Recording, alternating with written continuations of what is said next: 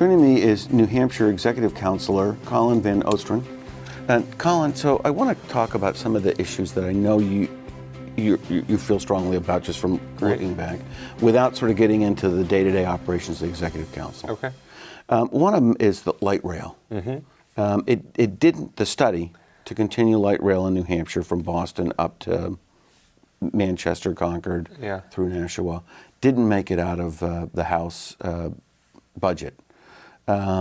Is that, and the politics, are still murky because it hadn't gone to the Senate and we got a long road to hoe. But is light rail important for the state? It is. Or commuter rail? It's very important. I believe it's going to happen.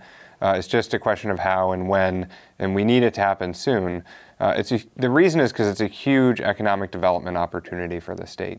So we had a pretty extensive study done on the opportunity of bringing passenger rail from Boston to central New Hampshire. The estimate is that it would mean about 5,600 new jobs.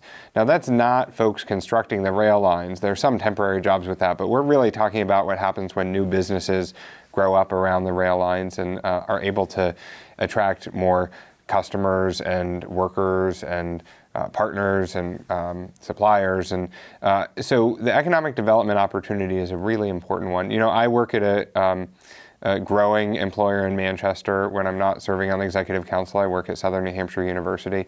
We created 750 new positions last year. We're growing like gangbusters. It's fantastic. We're seeing a lot of positive demand in the market for the degrees that we offer. It's a nonprofit college. But we, like many other employers, are desperate to get good talent. And being able to be as connected as possible with Boston, which is the biggest source of good money and people, it'll be a big opportunity. And frankly, when they come up here, they'll see we have the best quality of life in the country. It'll make them more likely to stay, put down roots, and grow families here. The cost of that, though, is given, we're fighting over few dollars in the budget. I mean, how does the state sort of afford that? Is that really a federal issue? Well, it's a good question. There are two things to think about here. One is that one of the best things we can do to make sure that those budget conversations are a little easier is to make sure our economy is growing.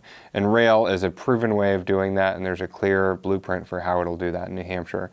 Now, the truth is those jobs don't happen immediately, and some of the costs do happen immediately, so you still have to figure out how to pay for it.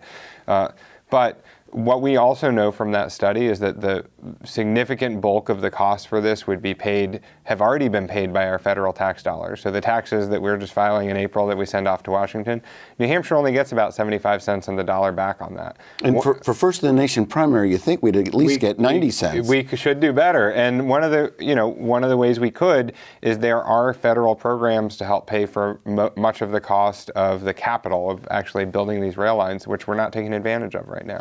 And is that because of the matching funds that the state has to put in? Yeah, so we would have to put in some funds. If you look all in for a rail line from Boston to Manchester, after you take out what the federal government would pay, what the riders will pay, and most of the operating costs will be paid by riders, it'll end up costing $6 or $7 million a year in total for everything. That's a fair amount of money, but that's a small piece of a relatively robust state budget compared to that.